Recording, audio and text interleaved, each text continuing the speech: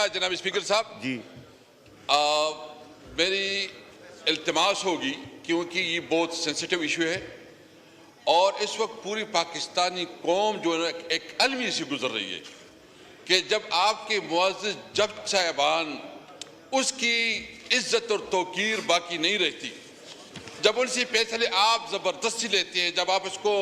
Dictate करते हैं और उसको प्रेशराइज करते हैं और उसके घरों में कैमरे लगाते हैं और उसको ऊपर जो है दबाव डालते हैं, तो इस हाउस पे उसके ऊपर डिबेट होनी चाहिए। मेरी सबमिशन है कि आप बेशक रूल्स आपके पास हैं और आप इस पे वो भी दे सकते हैं, लेकिन ये एक सेंसिटिव इशू है,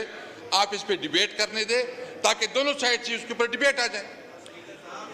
असद साहब जो इशू है ना जी सब जुडिस होने का, उसको बड़े सेंसिटिविटी से देखना पड़ेगा और अगर हुआ तो ज़रूर देंगे, मगर अगर सब जुडिस है तो आई थिंक हम इंतज़ार करेंगे उसका।